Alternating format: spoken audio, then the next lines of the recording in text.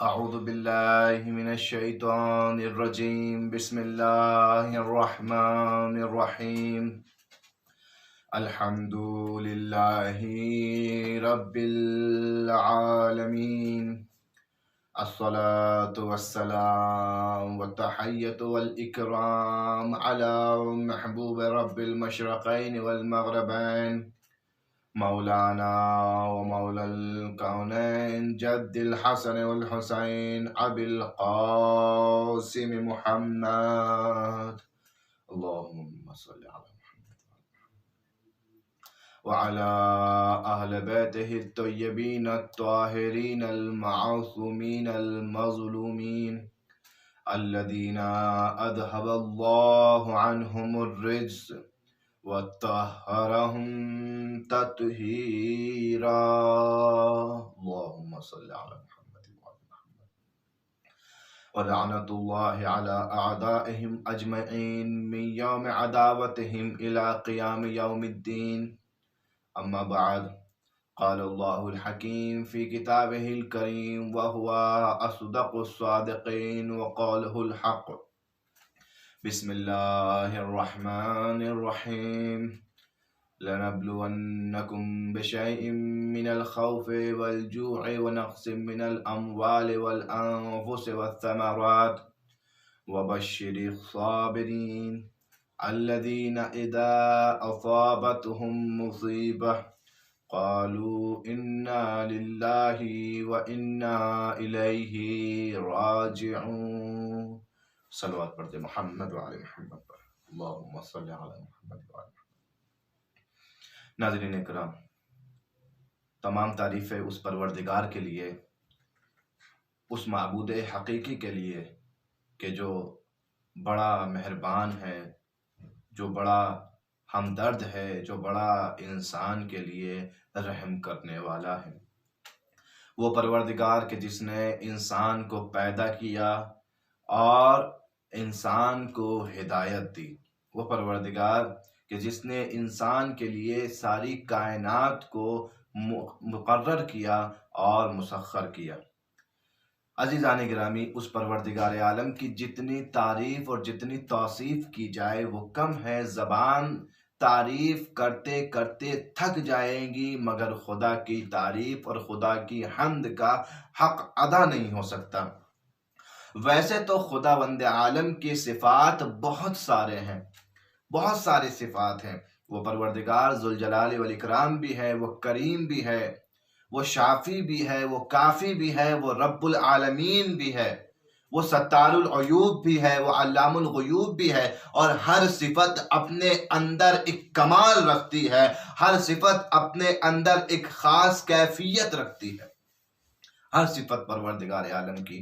اسی لیے کہا گیا ہے کہ جب شفا کی ضرورت ہو تو کہہ کے پکارو یا شافی، اے شفا دینے والے۔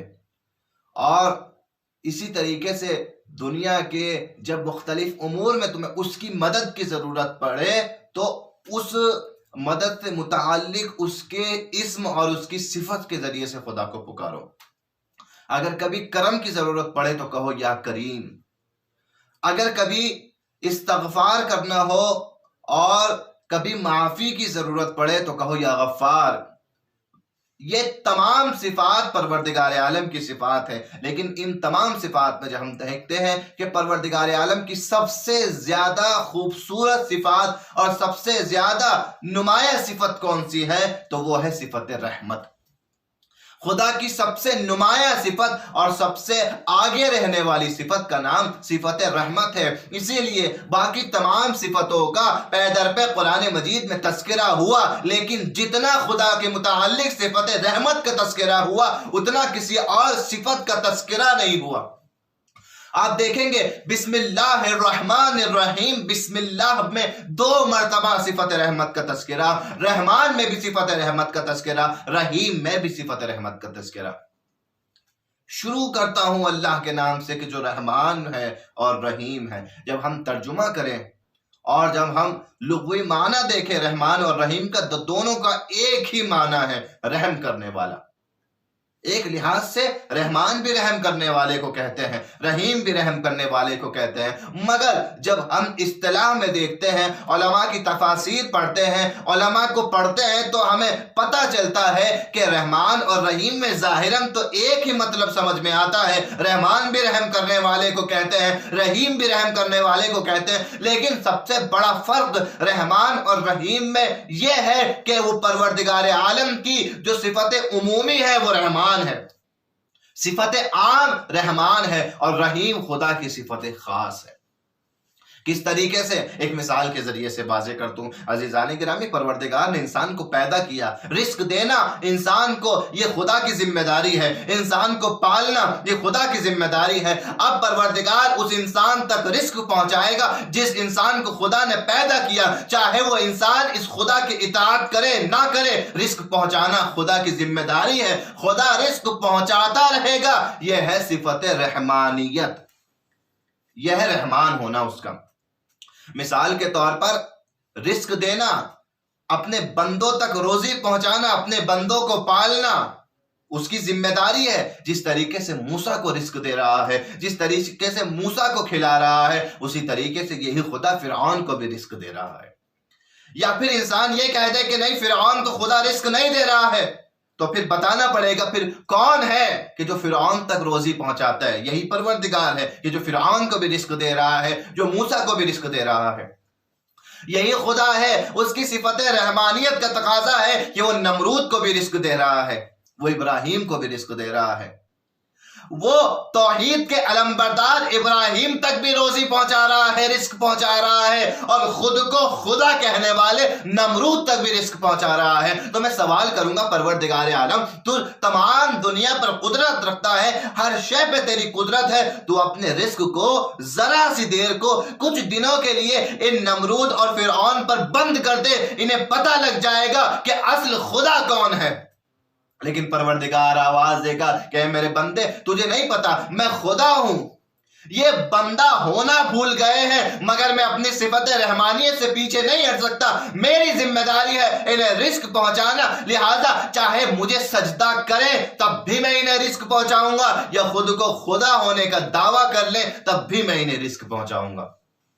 یہ صفت رحمانیت ہے عزیزان گرامی، ورنہ جتنے خدائی کے دعوے کرتے رہے، یہ پروردگار عالم تھا جو ان تک بھی رزق کو پہنچاتا رہا۔ یہ عزیزان گرامی فقط دنیا کی منزل ہے، لیکن رحیم کسے کہتے ہیں؟ رحیم ایک صفت خاص ہے، یہ رحمت خاص ہے۔ رحمان رحمت عام ہے، رحیم صفت خاص ہے، رحمت خاص ہے۔ اب پروردگار عالم روز قیامت آخرت میں رحم کرے گا، مگر سب پر رحم نہیں کرے گا، اب اپنے فقط خاص بندوں پر رحم کرے گا، اپنے چنندہ بندوں پر رحم کرے گا۔ کن پہ رحم کرے گا؟ ان پر رحم کرے گا کہ دنیا میں جس بندے نے اس کی اطاعت میں زندگی بسر کی ہے، قیامت میں اسی بندے پر رحم ہوگا۔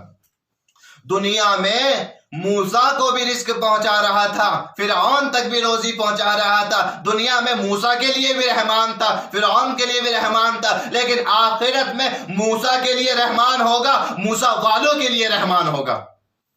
اب فرعون والوں کے لیے آخرت میں کوئی رحمت نہیں ہے۔ دنیا میں نمرود کے لیے بھی رحیم تھا، ابراہیم کے لیے بھی رحیم تھا، لیکن آخرت میں اب رحمت سے نمرود کا کوئی واسطہ نہیں ہوگا۔ نمرود پر لعنتیں تو برسیں گی، لیکن رحمتیں ابراہیم پر ہوں گی اور ابراہیم کے چاہنے والوں پر ہوں گی۔ دنیا میں ظاہری طور پر یزید بھی زندہ تھا اور خدا کی نعمتوں سے استفادہ کر رہا تھا، مگر قیامت میں یزید پر لعنتیں ہوں گی اور حسین والوں پر رحمتیں برس رہی ہوں گی۔ صلوات پڑھے محمد و آل محمد پر، اللہم صلی علی محمد و آل محمد۔ یہ ہے خدا کا رحمان اور رحیم ہونا۔ آخرت میں پروردگار اسی پر رحم کرے گا کہ دنیا میں جو اس کی رحمت سے استفادہ کرتے ہوئے اس کی اطاعت میں زندگی کو بسر کر دے، اس کی رحمت اس کے لیے خاص ہے۔ اور یہ رحیم پروردگار بڑا مہربان ہے، یہ بڑا رحم دل ہے، اپنے بندوں پر ظلم کو پسند نہیں کرتا۔ یہ چاہتا ہے کہ میرا بندہ ہمیشہ میری رحمت کے سائے میں رہے، ہمیشہ میرا بندہ میری رحمت کے سائے میں رہے۔ یہ کبھی نہیں چاہتا اپنے بندے سے ناراض ہو، اور اگر کبھی ناراض ہو بھی جاتا ہے تو پھر دوسری جگہ پر اسی ہی خدا کو علی سریع الرضا کہتے ہوئے نظر آتے ہیں کہ ناراض تو ہوتا ہے مگر انسان راضی کرنا چاہے تو راضی بھی بہت جلدی ہو جاتا ہے۔ تو بڑا رحمان ہے، بڑا رحم دل ہے، اپنے بندوں کو مشکلات میں دیکھ نہیں سکتا، بالکل اسی طریقے سے کہ جیسے ایک باپ اپنے بچوں کو مشکلات میں نہیں دیکھ سکتا، ایک باپ اپنے بچوں کو پریشانی میں نہیں دیکھ سکتا۔ پھر وہی سوال یہاں دہرایا جائے گا، اے میرے پروردگار، تو جب اتنا مہربان ہے، تو جب اتنا رحم کرنے والا ہے، تو جب اپنے بندوں کو پریشانی میں نہیں دیکھ سکتا، پھر اپنے بندوں کا امتحان کیوں لیتا ہے؟ امتحان کیوں لیتا ہے؟ کس طریقے سے بندے پریشان ہوتے ہیں، کیسے مصیبتوں میں زندگی گزارتے ہیں، اور تو کہتا ہے لَنَبْلُوَنَّكُمْ بِشَيْءٍ مِّنَ الْخَوْفِ وَالْجُوعِ، ہم تمہیں ضرور آزمائیں گے، تمہارا ضرور امتحان لیں گے۔ اچھا عزیزان گرامی، یہاں اس آیت کی تفسیر کے ساتھ ساتھ میں ایک اور نقطہ بیان کر دوں۔ یہاں خدا کہہ رہا ہے کہ ہم تمہیں آزمائیں گے، کچھ نعمتوں کے ذریعے سے، کچھ آزمائشوں کے ذریعے سے تمہارا امتحان لیں گے، خوف کے ذریعے سے، بھوک کے ذریعے سے، نعمتوں میں کمی کر کے، میووں میں کمی کر کے، تمہاری جان کے ذریعے سے، تمہاری مال کے ذریعے سے امتحان لیں گے۔ امتحان خاص امتحان ہے، لیکن دوسری جگہ پروردگار عالم دوسری آیت میں کہہ رہا ہے ایک عام امتحان، اور اس امتحان کا ذکر اس طریقے سے پروردگار عالم نے کہا، اس طریقے سے خدا نے اس امتحان کا ذکر کیا کہ ہمیں سمجھ میں آیا گویا پوری زندگی ہماری امتحان کے لیے ہے، پوری زندگی امتحان دینے کے لیے ہے۔ سال بھر میں بچوں کے پاس کے جو پڑھتے ہیں، کالج میں پڑھتے ہیں، یونیورسٹی میں پڑھتے ہیں، سال بھر میں فقط کچھ ایام ہوتے ہیں، ان ایام میں انہیں امتحان دینے جانا پڑتا ہے، مگر مومن کی پوری زندگی امتحان گاہ ہے، لمحہ لمحہ اس کی زندگی کا امتحان پروردگار کے تحت گزر رہا ہے، ایک لمحہ بھی امتحان سے خالی نہیں ہے۔ الذی خلق الموت والحیات لِيَبْلُوَكُمْ أَيَّكُمْ أَحْسَنُ عَمَلًا، یہ وہ دوسرا امتحان ہے کہ جس کا خدا نے ذکر کیا۔ وہ امتحانات، خاص امتحانات، ان کو چھوڑ کر یہ زندگی امتحان الہی ہے۔ اس نے زندگی اور موت کو پیدا ہی اسی لیے کیا ہے تاکہ تمہارا امتحان لے، اور یہ امتحان کس لیے ہے کہ تاکہ پروردگار پہچانے لِيَبْلُوَكُمْ أَيُّكُمْ أَحْسَنُ عَمَلًا، کہ تم لوگوں میں سب سے اچھا عمل انجام دینے والا کون ہے۔ تو ہمیں دوسری بات یہاں یہ سمجھ میں آئی کہ انسان دائماً امتحان الہی کے شکار ہے، دائماً پروردگار عالم کے تحت انسان امتحان دے رہا ہے۔ کوئی یہ نہ سوچے کہ میں غربت میں انسان زندگی گزار رہا ہے، کوئی یہ نہ سوچے کہ میں غربت میں زندگی گزار رہا ہوں تو میرا امتحان ہے، باقی کسی کا امتحان نہیں ہے۔ نہیں، جو غربت میں زندگی گزار رہا ہے اس کا بھی امتحان ہے، اور جو مالدار ہے، جو ثروت میں زندگی گزار رہا ہے، اس کا بھی امتحان ہے۔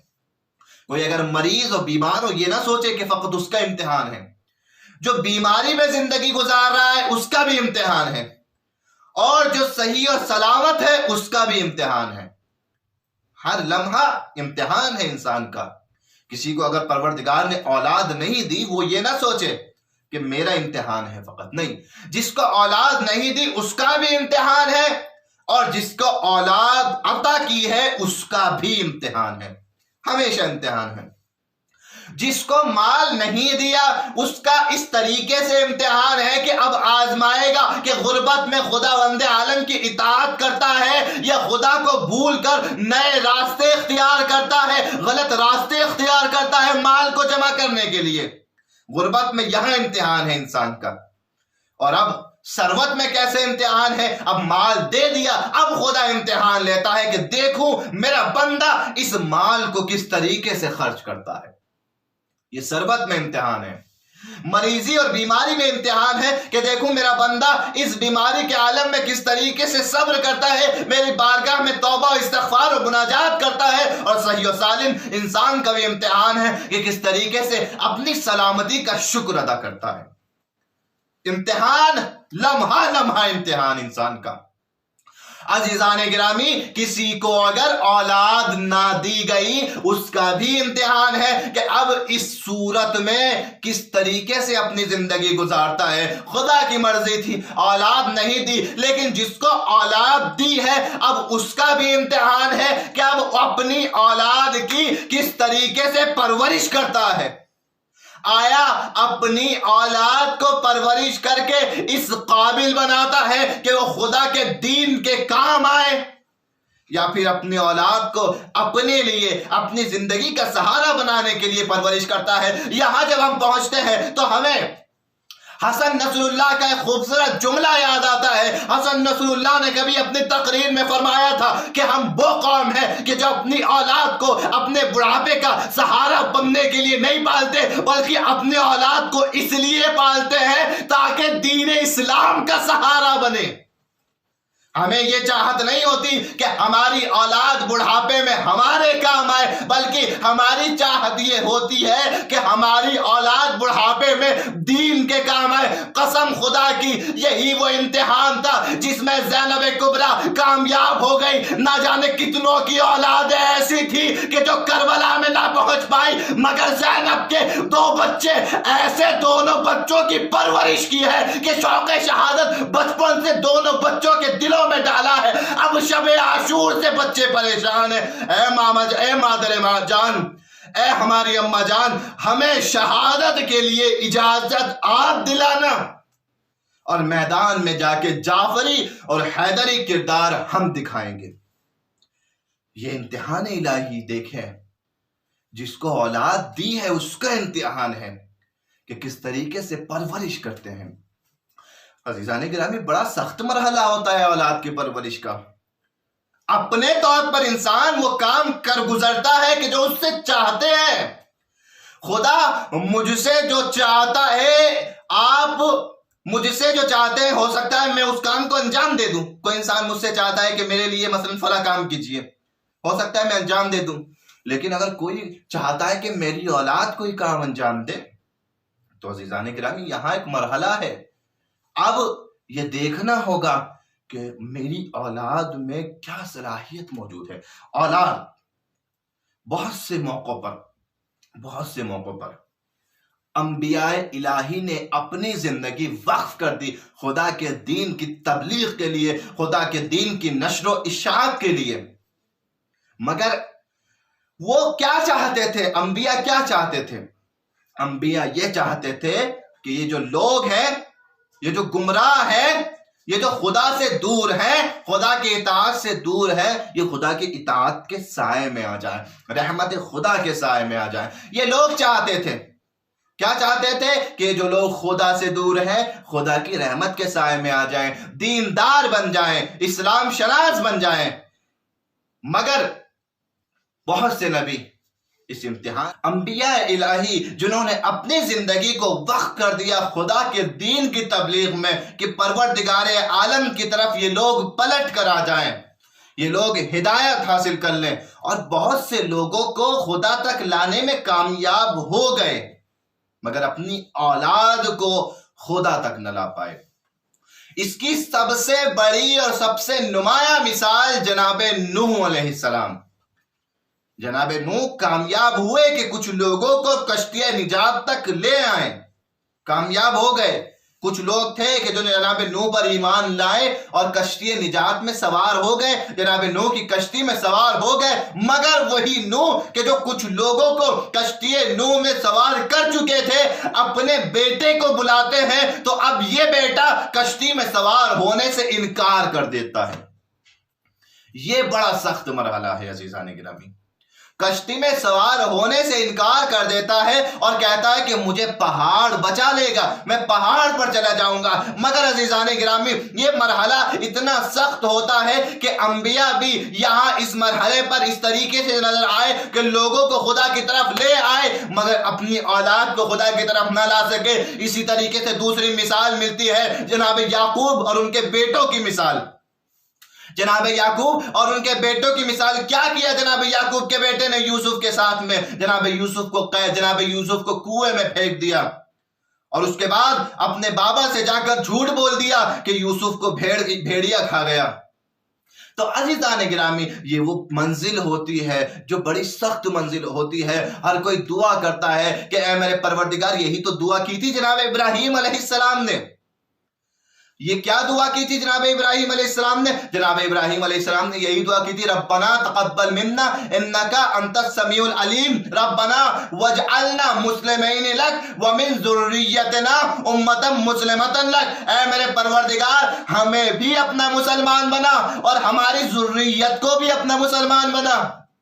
اور دوسری جگہ ایک دعا کا قرآن مجید نے ذکر کیا، رب اجعلنی مقیم الصلاۃ وذریتی، پروردگار مجھے بھی نماز کا پابند بنا دے، میری ذریت کو بھی نماز کا پابند بنا دے. تو یہ وہ موقع ہے کہ جہاں انبیاء کو دعا کرنی پڑی اپنی اولاد کے لیے. مگر اسی امتحان میں دیکھیں زینب کبریٰ کس مرحلے پر ہے کہ جناب زینب نے 2 بچوں کی پرورش کی اور وہ دونوں بچے دین پر قربان ہونے کے لیے تیار ہیں.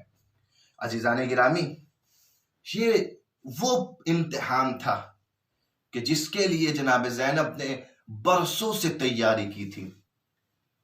اور آپ دیکھیں گے تاریخ کو، جناب زینب کس ہستی کا نام ہے، جناب زینب کس کا نام ہے.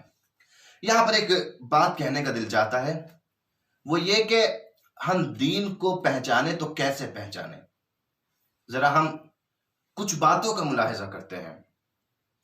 ایک اعتراض جو دین اسلام پر سب سے زیادہ ہوتا ہے، وہ اعتراض یہ ہے کہ اسلام میں عورتوں کو کوئی عزت نہیں دی گئی، اسلام میں عورتوں کو ان کے صحیح حقوق نہیں دیے گئے، اسلام میں عورتوں کو قید سمجھا گیا، قیدی بنایا گیا، کبھی پردے کی آڑ میں قید کیا گیا، کبھی شوہر کی اطاعت کی آڑ میں قید کیا گیا. اسلام نے عورتوں کو قید تو کیا ہے، آزادی نہیں بخشی ہے.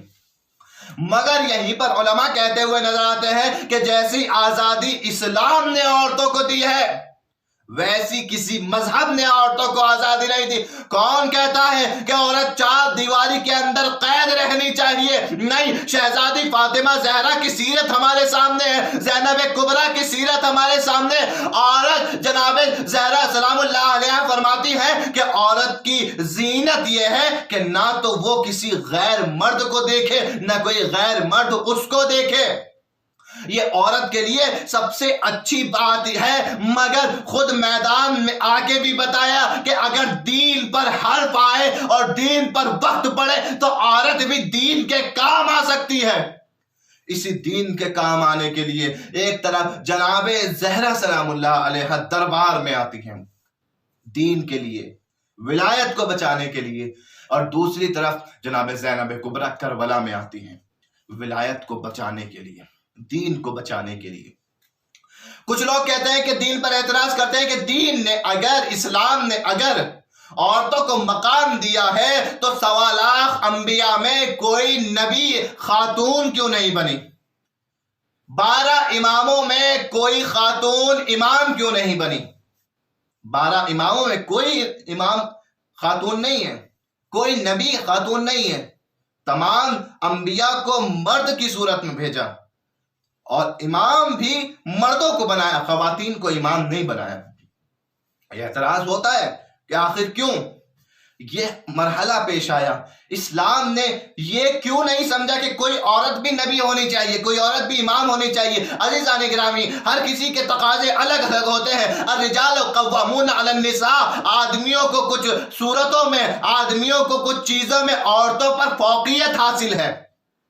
علماء یہاں جواب دیتے ہیں کہ یہ بات الگ ہے کہ کوئی عورت نبی نہیں بنی، مگر خدا نے عورت کو اتنی عظمت بخشی ہے کہ اس نے نبوت کو اپنی آغوش میں پالا. یہ بات حقیقت ہے کہ کوئی عورت امام نہیں بنی، لیکن اتنی طاقت و قوت اسی عورت کو خدا نے عطا کی ہے کہ اسی عورت نے امامت کو اپنی آغوش میں پالا. اور اے کائنات والو، تم فکر نہ کرنا، ایک طرف 1,24,000 انبیاء ہوں گے، ایک طرف 12 امام ہوں گے.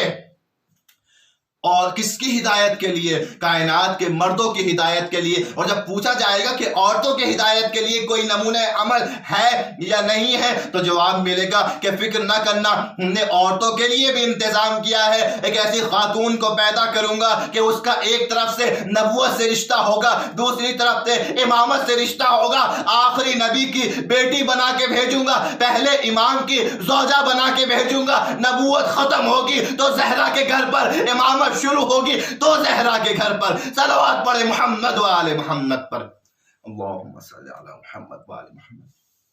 عزیزان گرامی، یہ عورت کو شرف بخشا گیا۔ عزیزان گرامی، اسلام نے عورت کو یہ وقار بخشا ہے، حالانکہ عورت نبی نہیں بنی مگر نبوت کو پالنے والی عورتوں کو بنایا۔ عورت امام نہیں بنی، اس عورت نے امام کی تربیت کی ہے۔ اسلام نے بتایا ہے، خدا نے بتایا ہے کہ عورت کو خدا نے وہ مقام دیا ہے کہ اپنی آغوش میں پالے تو عباس جیسا بیٹا اسلام کو دے سکتی ہے۔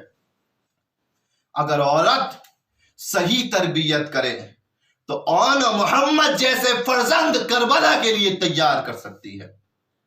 خاتون کی ذمہ داری الگ ہے اور مردوں کی ذمہ داری الگ ہے۔ یہ دین منہون منت ہے زینب کبریٰ کا۔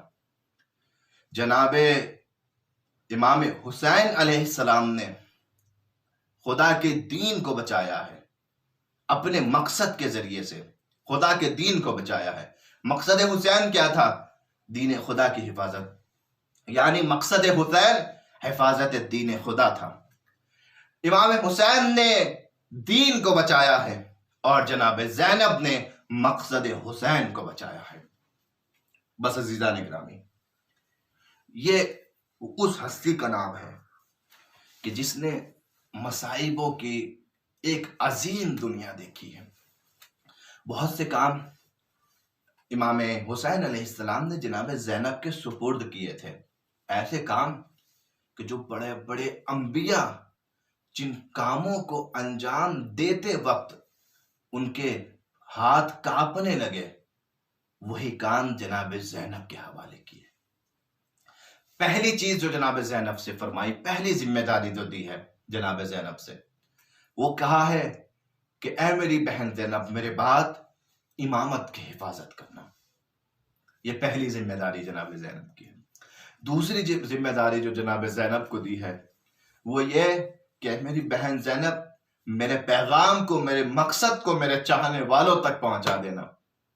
اور تیسری بڑی عظیم اور بڑی ضروری ذمہ داری دی ہے، اے میری بہن زینب، میرے بعد یتیم بچوں کا خیال رکھنا، میرے بعد یتیموں کا خیال رکھنا، یتیموں کو کسی قسم کی مشکلات نہ ہونے پائیں۔ عزیزان گرامی، جناب زینب نے ہر ذمہ داری کو بخوبی طریقے سے انجام دیا، احسن طریقے سے انجام دیا۔ شام غریبہ ہے، ایسا خوف کا عالم ہے، مگر جناب زینب ہے کہ جو یتیموں کا پہرا دے رہی ہے، کوئی نہ آ پائے اور یتیموں کو کوئی ایذا نہ پہنچا پائے، مگر ان یتیموں میں سب سے زیادہ فکر زینب کو ایک 4 سالہ بچی کی ہے۔ کس کی؟ ارے وہی سکینہ جو حسین کی نشانی ہے، وہی سکینہ جو حسین کی بیٹی ہے۔ شام غریبہ میں ایک واقعہ ایسا پیش آتا ہے کہ زینب اور ام کلثوم دونوں پریشان ہو جاتی ہے۔ بیوی پوچھتی ہے، اے بہن زینب کیا بات ہے؟ کہا تمہیں نہیں پتا اے ام کلثوم، ارے بہت دیر ہو گئی، میرے بھیا کی نشانی کہیں نظر نہیں آتی۔ اے بہن کلثوم، تم ذرا دریا کی طرف جاؤ، میں میدان کی طرف جاتی ہوں، ارے ذرا سکینہ کو تلاش کریں۔ اب جو زینب نے دیکھا سکینہ ارے بے سر لاشیں سے لپٹی ہوئی ہے، زینب نے پوچھا، اے میری لاڈلی، تمہیں کیسے معلوم ہوا یہ تمہارے بابا کا جنازہ ہے؟ سکینہ نے کہا، پھوپھی اماں، ارے جب میدان کی طرف روتی ہوئی آ رہی تھی تو کٹے سر سے آواز آئی، الیہ الیہ یا بنیا، اے میری بچی میری طرف آ جا۔ جناب زینب سکینہ کو آغوش میں لے کے آئی ہیں، اور یہی سکینہ ہے یہی سکینہ ہے جو کربلا سے لے کے کوفے تک، کوفے سے لے کے شام تک مصائبوں کا سامنا کرتی رہی ہیں۔ ارے کہاں کہاں جناب سکینہ کو زینب نے بچایا ہے۔ ایک مرتبہ روایت کہتی ہے، علماء پڑھتے ہیں، ایک وہ وقت بھی آیا ہے کہ کسی نے سکینہ کو کنیزی میں مانگا۔ عزیزان گرامی، زینب سامنے آ گئی، کیا تجھے نہیں معلوم ہم اہل بیت اطہار ہیں، ہمارے بچی کو کنیزی میں مانگتے ہو؟ مگر عزیزان گرامی، یہی بچی ارے شام کے زندان میں جب پہنچی ہے تو یہ بچی بڑی بے قرار ہے، زندان کے دروازے پر کھڑی ہوتی ہے اور ہر آنے جانے والے کو دیکھتی ہے۔ ایک مرتبہ جب اڑتے ہوئے پرندوں کو دیکھتی ہے، اپنے بھیا سجاد سے پوچھتی ہے، اے بھیا یہ پرندے کہاں جا رہے ہیں؟ کہا میری بہن ارے یہ اپنے وطن واپس جا رہے ہیں۔ ایک مرتبہ آنکھوں سے آنسو بہا کے کہتی ہے، بھیا ارے ہم اپنے وطن واپس کب جائیں گے؟ جزاکم اللہ۔ ارے ایک مرتبہ اسی بچی نے رات کو سوتے ہوئے خواب نے اپنے بابا کو دیکھا۔ اب جب بیدار ہوئی، زاروں قطار رونے لگی۔ یہ رونے کی آواز یزید کے محل تک پہنچی۔ پوچھا گیا کون رو رہا ہے؟ کہ حسین کی 4 سالہ یتیمہ رو رہی ہے، اسے اپنے بابا کی یاد آ رہی ہے۔ ایک مرتبہ تشت میں جو امام حسین کا سر رکھا تھا، یزید نے کہا اس سر کو اس بچی کے پاس لے جاؤ، شاید کچھ دیر کے لیے دل بہل جائے۔ عزیزان گرامی، تشت میں حسین کے سر کو لایا گیا۔ اب جب سکینہ نے امام حسین کے سر کو دیکھا، اپنے بابا کے رخساروں پر رخسار رکھ دیے۔ اے میرے بابا، ارے آپ کی داڑھی کو آپ کے خون سے خضاب کس نے کیا؟ اے میرے بابا، آپ کی رگوں کو کس نے کاٹا؟ اے میرے بابا، ارے مجھے یتیم کس نے کیا؟ ایک مرتبہ بچی روتے روتے خاموش ہوئی۔ ارے بیویوں نے سوچا شاید بچی سو گئی ہے۔ اب جو سید سجاد نے شانہ ہلایا، ایک مرتبہ چیخ ماری، اے پھوپھی اماں، انا للہ و انا الیہ راجعون، میری بہن سکینہ اس دنیا سے گزر چکی۔ الا ولعنۃ اللہ علی قوم الظالمین، سیعلم الذین ظلموا ای منقلب ینقلبون۔